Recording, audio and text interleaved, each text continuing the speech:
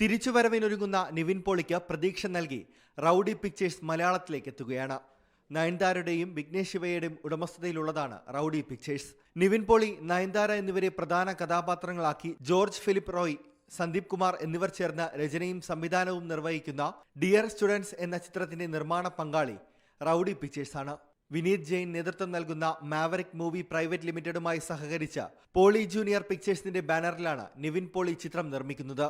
ധ്യാൻ ശ്രീനിവാസൻ രചനയും സംവിധാനവും നിർവഹിച്ച് 2019 പുറത്തിറങ്ങിയ സൂപ്പർ ഹിറ്റ് ചിത്രം ലവ് ആക്ഷൻ ഡ്രാമയിലൂടെ നിവിൻ പോളിയും ലേഡി സൂപ്പർ സ്റ്റാർ നയൻതാരയും ആദ്യമായി ബിഗ് സ്ക്രീനിൽ ഒന്നിച്ചിരുന്നു. ഡിയർ സ്റ്റുഡൻസ് എന്ന ചിത്രത്തിന്റെ പുതിയ പോസ്റ്ററും അണിയറ പ്രവർത്തകർ പുറത്തിറക്കിയിട്ടുണ്ട്. ചെന്നൈയിൽ സിനിമയുടെ ചിത്രീകരണം പുരോഗമിക്കുകയാണ്. കോളേജ് അധ്യാപികയുടെ വേഷത്തിലാണ് നയൻതാര എത്തുന്നത്. ഷറഫുദ്ദീനാണ് ചിത്രത്തിലെ മറ്റൊരു താരം. ഈ വർഷം ഡിയർ സ്റ്റുഡൻസ് പ്രേക്ഷകരുടെ മുന്നിൽ എത്തിക്കാനാണ് അണിയറ പ്രവർത്തകർ ലക്ഷ്യമിടുന്നത്. ഇതുകൂടാതെ ഒരുപിടി വലിയ ചിത്രങ്ങൾ നിവിൻ പോളിക്ക് 2025-ലുണ്ട്. അതുകൊണ്ട് തന്നെ താരത്തിന്റെ വമ്പൻ തിരിച്ചുവരവിനായി കാത്തിരിക്കുകയാണ് ആരാധകർ.